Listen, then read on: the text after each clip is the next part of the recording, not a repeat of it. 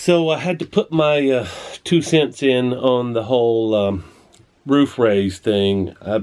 I admire all the folks that raise the roof on their Skoolies.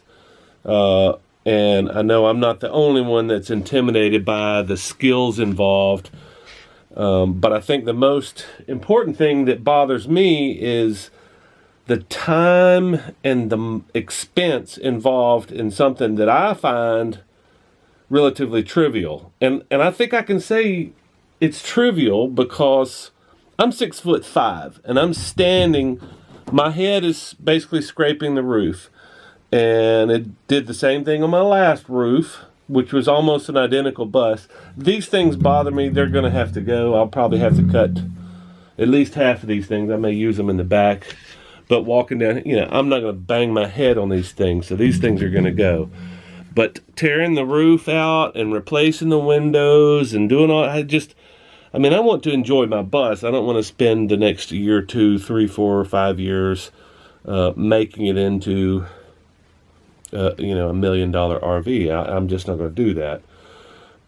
But I would like to express that opinion just in case somebody else is going, wow, really, what am I spending all this money and time and effort into doing something that to me is trivial? And I will expand on that a little bit.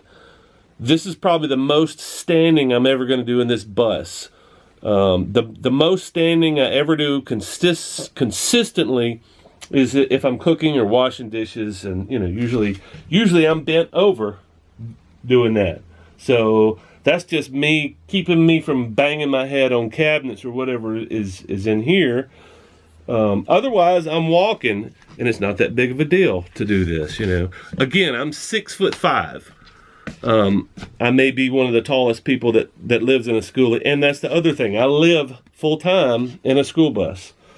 This is the last couple of months I've been without a bus, but for the last 2 years I've been living in a school bus. And besides walking through the bus, front and back, cooking and cleaning, and occasionally entertaining, and most of the time the entertaining is, hey, come on in, take a seat, but you have to give the tour. So while I'm giving the tour, I may be standing here just like this, but this is it. This is the worst it gets.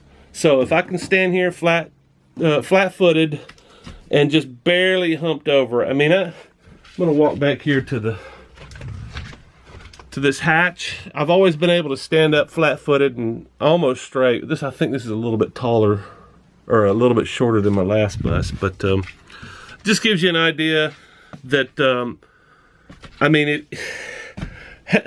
if you live in a regular house, how much standing do you do? Unless you've got like a party, how much standing do you do? Do you spend most of your time in your home standing, or is it more walking and sitting? I guess that's the problem I have, is that everybody thinks that they've got to have a palatial estate, and it's not, and it's a school bus. So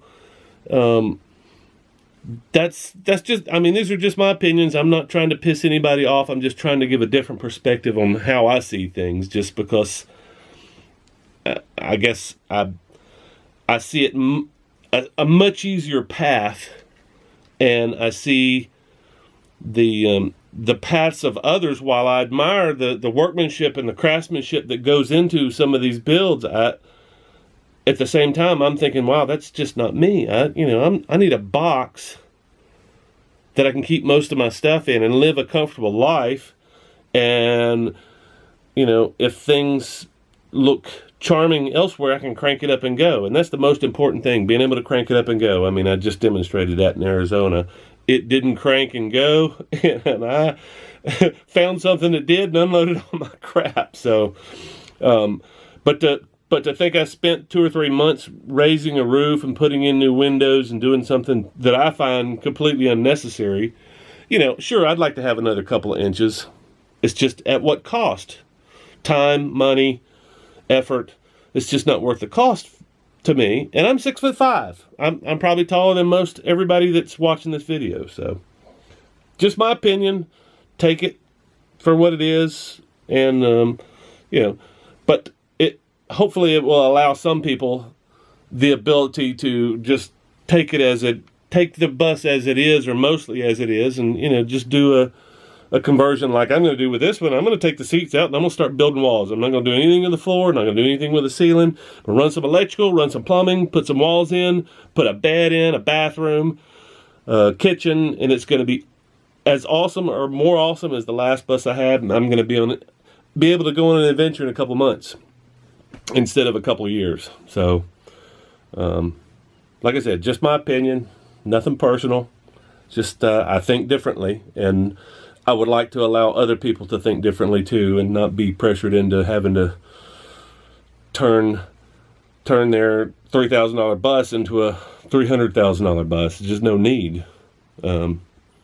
Especially if the engine blows up, then you're stuck with that. You got to fix that. You're right. You can't just go get another $3,000 bus.